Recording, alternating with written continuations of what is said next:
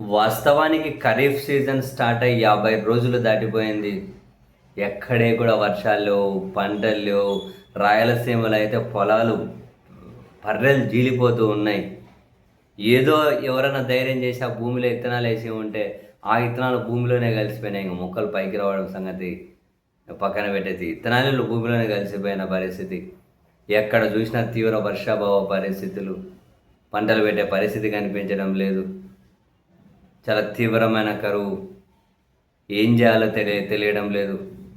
ప్రభుత్వాలు రైతులకేమీ ఆల్టర్నేట్ సలహాలు ఇవ్వడం లేదు. ఏదైనా ప్రత్యామ్నాయ పంటలను ప్రోత్సహించడమా, ఏదైనా సాగుకు అవసరమైనటువంటి విత్తనాలు, ఉత్పత్తికి అవసరమైన ఇవన్నీ కనుక ఏదైనా సహకారం అందించడమా, ఏమైనా ఇన్పుట్ సబ్సిడీ లాంటివి ఇవ్వడమా, ఏమైనా రుణాలు రీషెడ్యూల్ చేయడమా, రైతుకి ఏదైనా కనుక కాసింత సహకారం అందించే ఉపశమన చర్యలు అయితే ఇప్పటివరకు ఏమీ లేవు.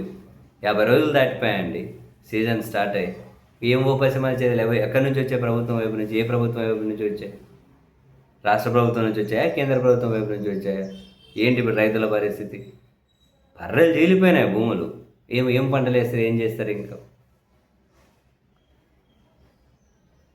కనీసం పోనీ ఉపాధి హామీ పని కూలీలు ఎవరైతుంటారు వాళ్ళనైనా వ్యవసాయ పనులకి ఏమన్నా కనుక మళ్ళించి అక్కడేమన్నా రైతులకు ఏమైనా కనుక కూలీ ఛార్జీలు తగ్గించే ప్రయత్నం ఏమైనా చేస్తున్నారు. ఏం ఉపశమన చర్యలు లేవు. అయితే తాజాగా చంద్రబాబు నాయుడు గారి సర్కారు ఒక జీవో జారీ చేసింది నిన్న సోమవారమే.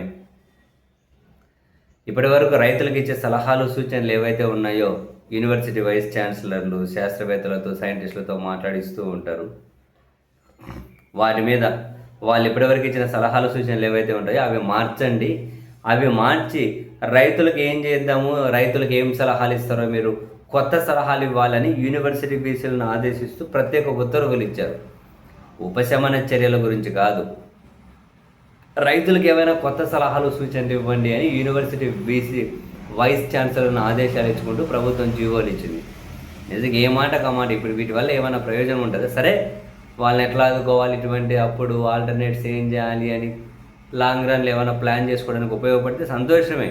కానీ ఇప్పుడు రైతులకు ఉపశమనం ఏంది? తక్షణ ఉపశమనం అంటూ ఉన్నాం. అవసరం లేదా తక్షణ ఉపశమనం? నా దగ్గర అయితే బోలెడు ఉన్నాయి. మీరేం సలహాలు ఇస్తారు? చంద్రబాబు నాయుడు గారు బీసీలను అడిగారు, సలహాలు, సూచనలు అడుగుతూ జీవో ఇచ్చారు. సామాన్యులుగా మీ సలహాలు ఏంటి? రైతులను ఎట్లా ఆదుకోవాలంటారు? రైతులను ఆదుకోవడమే కాదు, రైతులు పంట పెట్టకపోతే బై డిఫాల్ట్గా అన్ని నిత్యావసర సరుకులు ధరలు పెరిగిపోతాయి కదా. కూరగాయల ధరలు పెరగవా? అన్ని ధరలు పెరగవా? అదొక ధరలు పెరగడం కాదు, అందుబాటులో ఉండాలి కదా. ఫస్ట్ ధరల సంగతి తర్వాత, కానీ అందుబాటులోనే ఉండాలి కదా. ఏం కష్టాలు వచ్చినాయి రా బాబు, ఏం కరువు రా బాబు. అయితే ప్రభుత్వం ఊహించిన దానికంటే ఎక్కువ కరువు వచ్చిందట.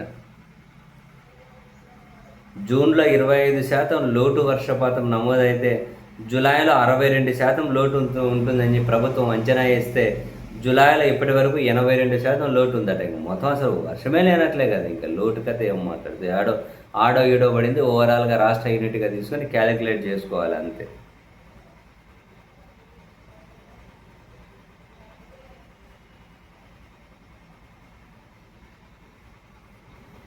ఎంత దారుణం అయ్యా. రాయలసీమలో అయితే మరీ దారుణం ఉంది.